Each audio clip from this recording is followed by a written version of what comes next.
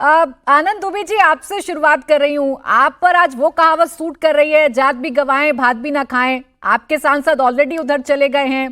पहले ही साथ देते, जैसा शरद पवार ने चाणक्य नीति अपनाई, तो शायद आपको भी क्रेडिट मिलता। अब तो आप ना रोकने की हालत में हैं, ना आप समर्थन देने की हालत में हैं।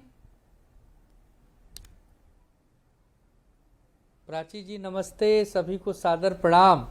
एक बहुत प्यारा गीत है ना, इधर चला मैं उधर चला, जाने कहाँ मैं किधर चला, फिसल गया ये भाजपा ने क्या किया।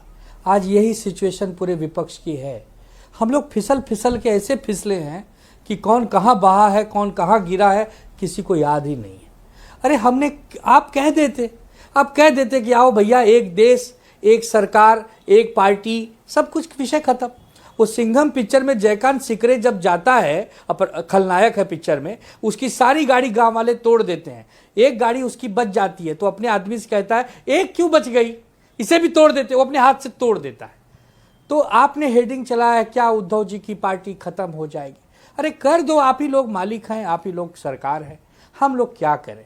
हम विपक्ष में बैठे थे ताकि हम सरकार की कुनीतियों का विरोध कर सके, लेकिन शायद लगता है कि कुनीतियों का विरोध करना अपराध है, तो नहीं करेंगे भाई। लेकिन हमें जिंदा तो रखो।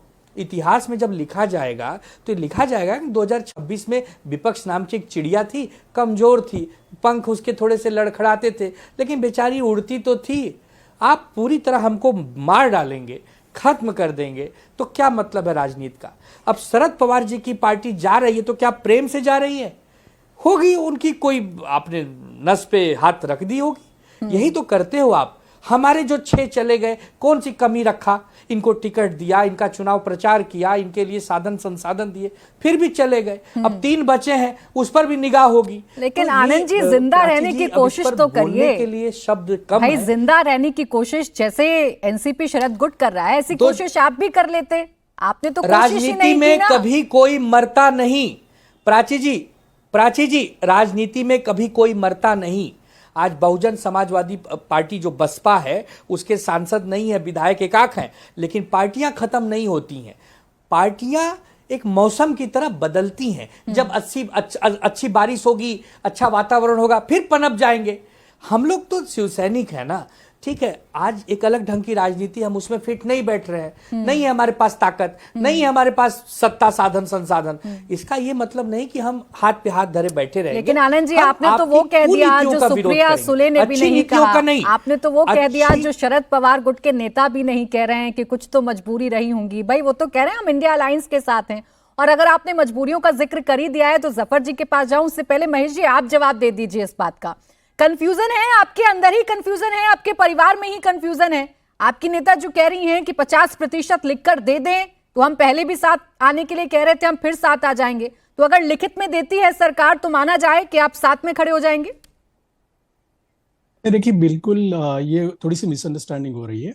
सुप्रिया सुले जी ने आज अभी आपने जो प्रेस कॉन्फ्रेंस उनकी यहाँ पर बताई, उसमें उन्होंने कहा है कि शी हैड सेड कि वो कंसीडर करेगी ऐसा प्रस्ताव जब किरण रिजिजू ने उनके पास, अरविंद सावंत जी के पास और ओवैसी जी के पास, उनको तीनों को बुलाकर एक मीटिंग की थी और उन्होंने एक प्रस्ताव दिया था कि अगर 50% सीटें बढ़ाई जाए तो क्या आप इसको समर्थन देगी। तो उन्होंने वह कहा था कि मुझे इस पर सोचना पड़ेगा और वो भी इंडिया अलायंस के बाकी के जो कॉन्स्टिट्यूएंट दल है उनके साथ बातचीत करेंगे। और आज जो बात ये आ रही है वो इसलिए आ रही है कि क्योंकि कल उनको कुछ, उन्होंने उस प्रेस में बताया था, उन्हें कुछ व्हाट्सएप पर मैसेज आया था और उन्होंने ये रिप्लाई दिया था।